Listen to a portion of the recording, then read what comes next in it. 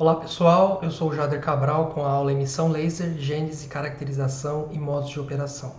O objetivo desse vídeo é mostrar para vocês características singulares da emissão laser e também discutir um pouco o perfil de intensidade dessa luz à medida que o feixe laser se propaga no espaço.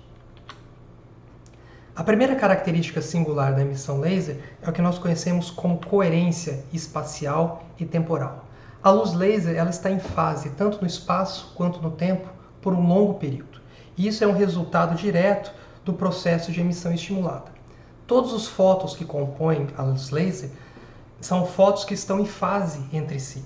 Como eu desenho nessa figura aqui, o comportamento ondulatório associado a um primeiro fóton é exatamente igual ao comportamento ondulatório associado a um outro fóton.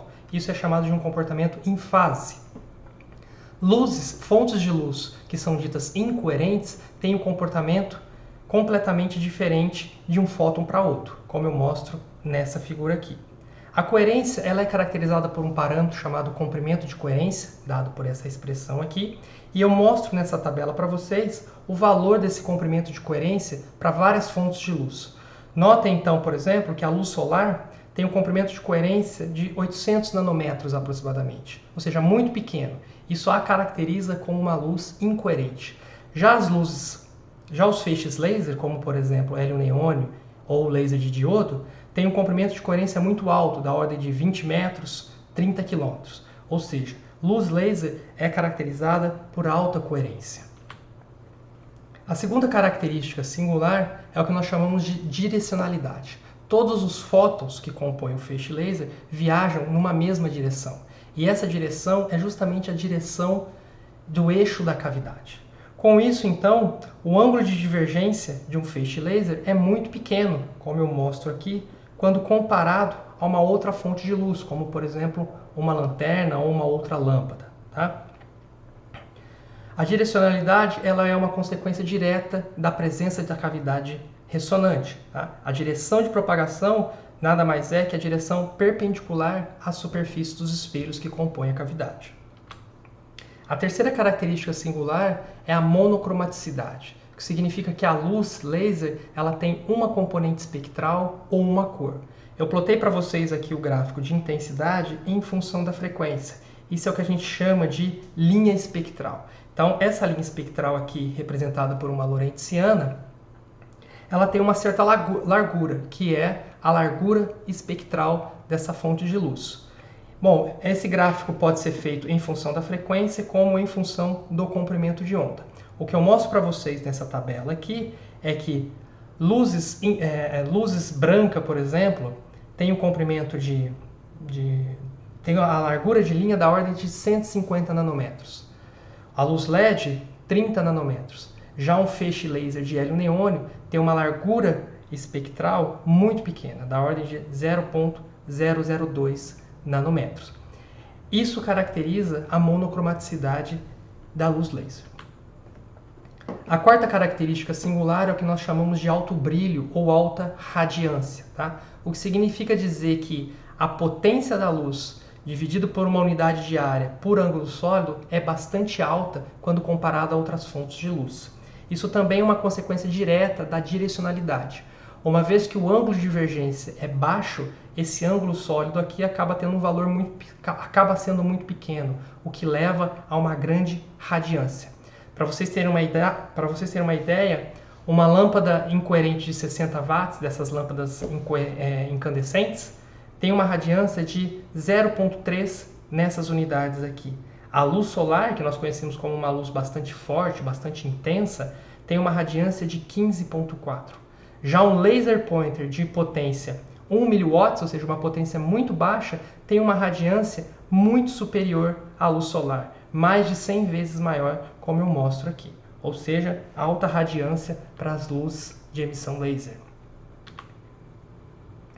Bom, agora eu gostaria de discutir um pouco sobre o perfil de intensidade dessa luz laser. Para fazer isso, eu vou começar pelas 4 equações de Maxwell. Essas 4 equações descrevem todo o comportamento de campo elétrico e magnético. Para isso, então, eu vou olhar especificamente para a terceira equação, também conhecida como lei de indução de Faraday. Tá? e vou calcular o rotacional nessa equação. E aí eu vou fazer a conta rapidamente aqui, vocês podem fazer essa conta de maneira mais tranquila. E para a condição onde eu não tenho carga elétrica e nem corrente elétrica, nós chegamos nessa equação diferencial aqui. Essa equação diferencial ela é conhecida como uma equação de onda. Tá? Como eu comecei olhando para campos elétricos, eu tenho uma equação de onda de campos elétricos, tá? Que viaja com uma velocidade c, que é dada por essa expressão aqui. Tá? O que eu tenho que fazer então agora é resolver essa equação de onda para uma emissão laser. Bom, a parte temporal é bastante simples de ser resolvida. Ela é basicamente, a solução é basicamente uma solução harmônica, um cosseno de ômega-t mais φ, que aqui eu vou representar como uma exponencial complexa. Então, a solução dessa equação tem uma parte espacial, que eu vou chamar de campo elétrico, que depende da posição R, vezes a componente temporal. Tá? E aí eu pego essa solução e calculo de novo na equação diferencial.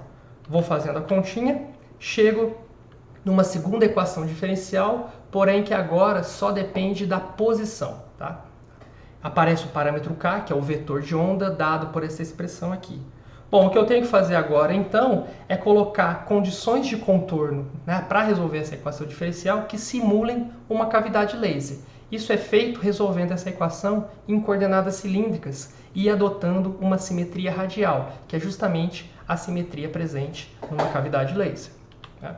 Quando eu faço isso, eu encontro essa solução para campo elétrico. Essa solução é bastante longa, ela tem uma parte de amplitude, que nós já vamos discutir, e uma parte de fase. Tá?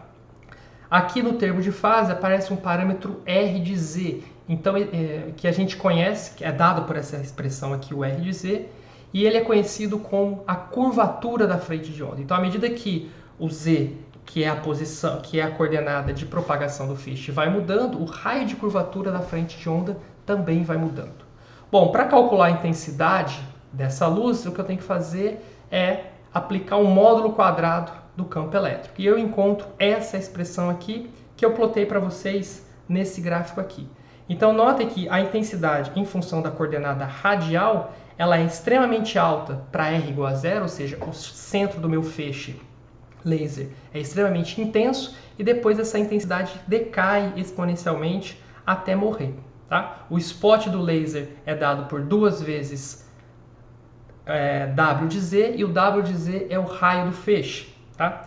Nessa figura aqui eu ploto para vocês como que o raio do feixe, W de Z, varia em função do Z, ou seja, da coordenada de propagação. Então notem que na convergência do feixe, esse raio W de Z vai diminuindo até um valor mínimo, que acontece no foco. Esse valor mínimo é chamado de cintura do feixe, e depois ele volta a aumentar na parte divergente do feixe. Bom, nessas contas também aparece um parâmetro extremamente importante, que é esse parâmetro Z0 aqui, ó, esse ponto aqui, e aqui é o menos Z0, dado por essa expressão. Esse parâmetro é conhecido como comprimento de Rayleigh, e ele diz para a gente o quão rápido acontece a focalização de um feixe. Quando esse Z0 é muito pequeno, por exemplo, está aqui no cantinho, a focalização acontece de maneira bastante abrupta, de maneira bem rápida. Quando esse Z0 é bastante grande, está mais ou menos aqui, por exemplo, esse feixe demora para convergir. Então, é algo mais suave dessa forma aqui. Tá? Bom, isso é chamado de perfil de intensidade gaussiano, uma vez que é a função gaussiana que descreve essa intensidade. Tá? E esse é um modo transversal fundamental. Existem outros modos presentes dentro da cavidade, de ordens maiores, tá? Que nós não vamos discutir nessa aula.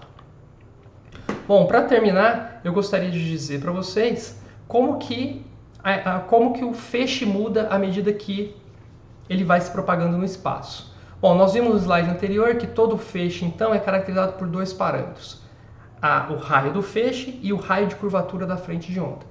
Com isso, eu posso definir um parâmetro, que é dado pela parte real desse parâmetro, é dado pelo raio de curvatura da frente de onda, e a parte imaginária desse parâmetro é dado pelo raio do feixe. Então, imagina que eu tenho o meu feixe, eu tenho o meu parâmetro Q, que eu posso chamar de Q1, por exemplo. Para eu calcular o próximo parâmetro Q, eu preciso conhecer o próximo parâmetro Q numa posição de Z subsequente, eu preciso conhecer a matriz do meu sistema, do meu setup experimental, que eu chamei aqui como uma matriz ABCD. E aí eu uso uma lei, chamada lei de ABCD, que calcula o parâmetro, o próximo parâmetro Q, em função dos elementos dessa matriz. Eu trago para vocês aqui, por exemplo, um setup libs simplificado. Então imagina que inicialmente, então, o meu Q1 é caracterizado por um feixe colimado, tá? Feixe colimado significa que o raio da frente de onda, o raio de curvatura da frente de onda é infinito. Eu tenho uma onda plana aqui de raio igual a W1, tá? Então ele encontra uma lente que tem um foco de tamanho f e é focalizado numa posição Q3 e apresenta uma cintura W0. Se eu rodo essas contas aqui nessa situação, eu encontro que a cintura do feixe é dada por essa expressão aqui, que depende do foco da lente, do raio do feixe inicialmente, quando ele estava colimado, do comprimento de Rayleigh inicial, nessa posição aqui, tá? E aqui, nessa tabela, eu coloco alguns valores numéricos nessa expressão. Então, notem que para uma lente de distância focal 5 centímetros, a cintura é dada por 17 microns. Se eu vou para uma lente de distância focal muito maior, por exemplo, 20 centímetros, a cintura do feixe, tamanho dele na região de focalização, é próximo de 70 micros. Bom, pessoal, com isso eu termino esse vídeo. Deixo para vocês aqui algumas referências para vocês terem uma leitura mais detalhada sobre esses assuntos. Muito obrigado.